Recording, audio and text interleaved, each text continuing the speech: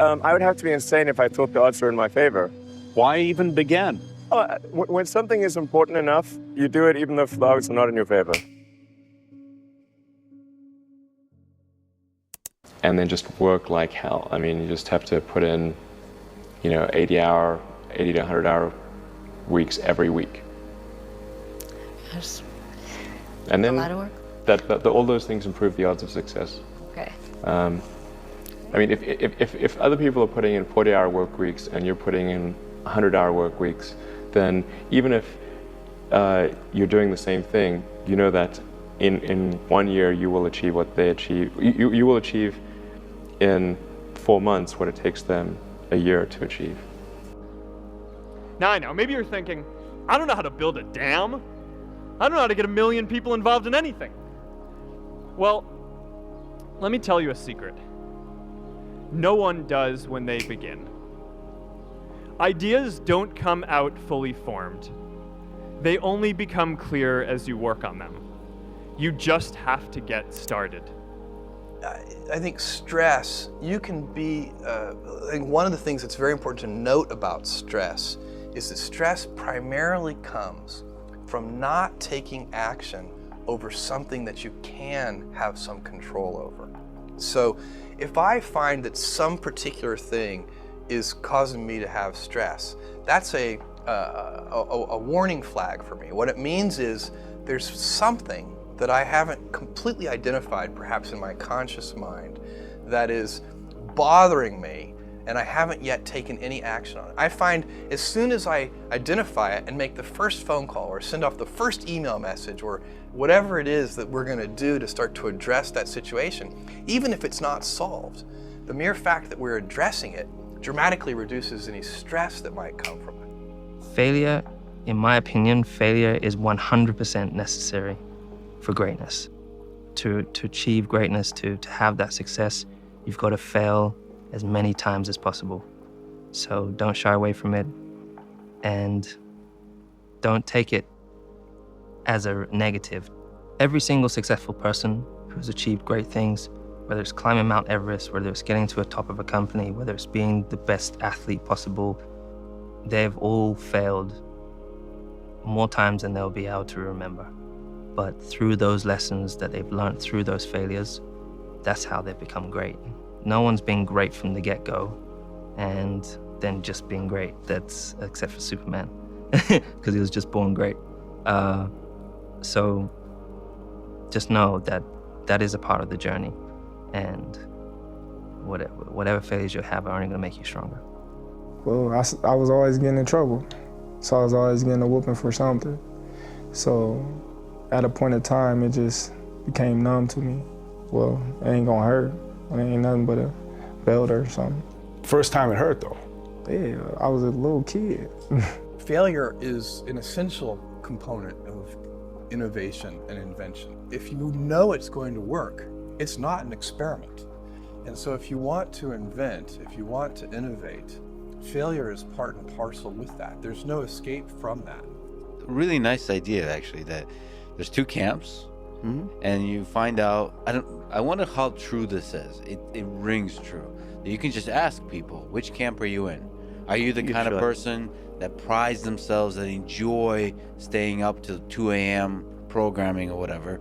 Or do you see the value of quote unquote, work-life balance, all this kind of stuff?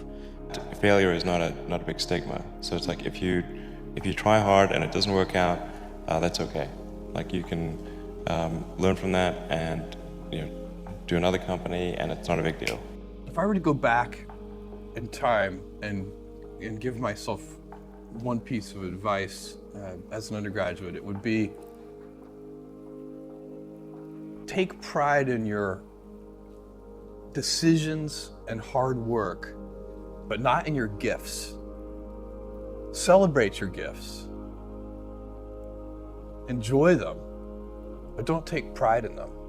Take pride in your decisions and hard work. But I knew what I had to do.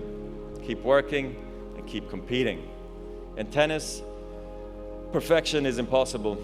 In the 1,526 singles matches I played in my career, I won Almost 80% of those matches. Now, I have a question for you. What percentage of points do you think I won in those matches? Only 54%. In other words, even top-ranked tennis players win barely more than half of the points they play. When you lose every second point on average, you learn not to dwell on every shot. You teach yourself to think, okay, I double faulted, it's only a point. Okay, I came to the net and I got passed again, it's only a point. Even a great shot, an overhead backhand smash that ends up on ESPN's top 10 playlist, that too is just a point. So here's why I'm telling you this. When you're playing a point, it has to be the most important thing in the world, and it is. But when it's behind you, it's behind you.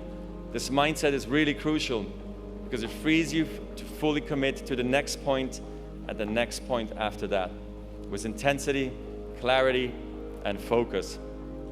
One of my favorite stories is when JFK went to go visit the NASA Space Center, and he saw a janitor holding a broom, and he asked him what he was doing, and the janitor replied, "Mr. President, I'm helping put a man on the moon."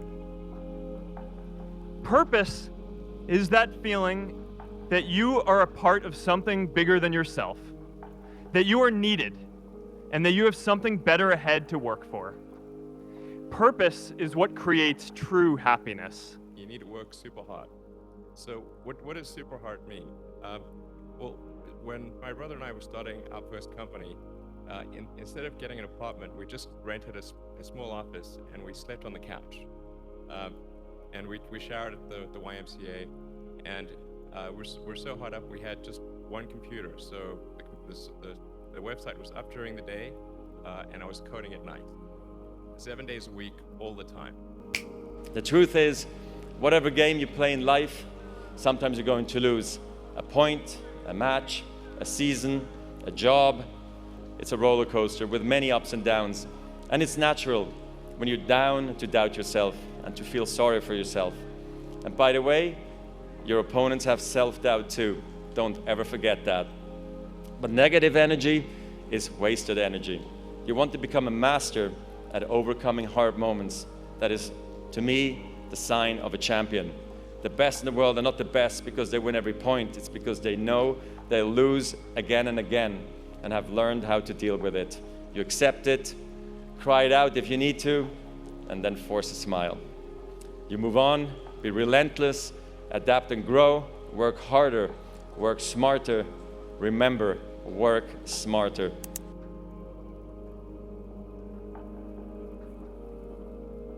And you had that third failure in a row. Did you think, I need to pack this in? Never.